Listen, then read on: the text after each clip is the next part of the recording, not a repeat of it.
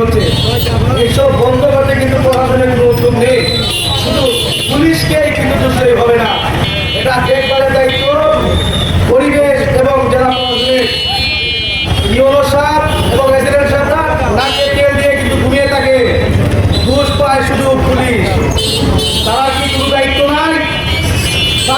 তাদেরকে কিন্তু একাধিকবার যোগাযোগ করেও পাওয়া যায় না। আমরা বলবো এইসব লুটপাট বন্ধ করতে টাস্ক ফোর্স অথবা মোবাইল কোর্ট নিয়মিত করতে হবে।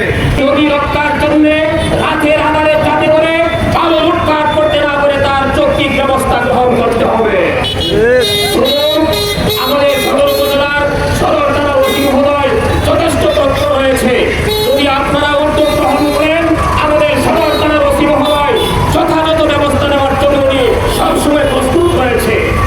সুনামগঞ্জের সদর থানার রতন শেখ আসার পর বেশ কয়েকটি অভিযান হয়েছে। আমরা সেই রতন শেখকে ধন্যবাদ জানাই। আমরা চাই রতন শেখের মতো প্রত্যেকটি থানায় প্রত্যেকটি অফিসার যেন এইরকম সক্রিয় ভূমিকা পালন করে। দোবাজান নদী লিজ দেওয়ার জন্য, কারণ এই দোবাজান নদী লিজ হলে কি হবে, হাজার হাজার শ্রমিক পরিবার বেঁচে খেয়ে পড়ে থাকতে পারবে।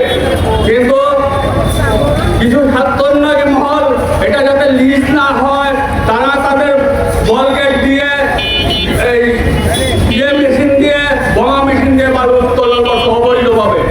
দিনে রাতে আমাদের লোক হচ্ছে প্রত্যেকদিন বালু, কিন্তু আমরা প্রশাসনের কোনো কার্যকর ভূমিকা দেখতে পাচ্ছি না। গতকাল রাতেও আমরা দেখেছি পুলিশ ওই জায়গায় গিয়েছিল, যাওয়ার পরে ওই জায়গায় বালুর নৌকা ডুবে দেওয়া হয়েছিল, কিন্তু উপজেলা প্রশাসন বা জেলা প্রশাসনের পক্ষ থেকে ওই জায়গায় কোনো মোবাইল কোর্ট পরিচালনা করা হয়নি বিধায় ওই জায়গায় কোনো আসামিদেরকেও ধরাও সম্ভব হয়নি। আমরা চাই এই লুটপাট বন্ধ হোক, বৈধ প্রক্রিয়ায় এই জায়গায় ইজারা দেওয়া হোক। বিগত দিন 5 আগস্ট 2024 এর পরবর্তীতে 2000 লোক আমরা দেখতে পাইছি।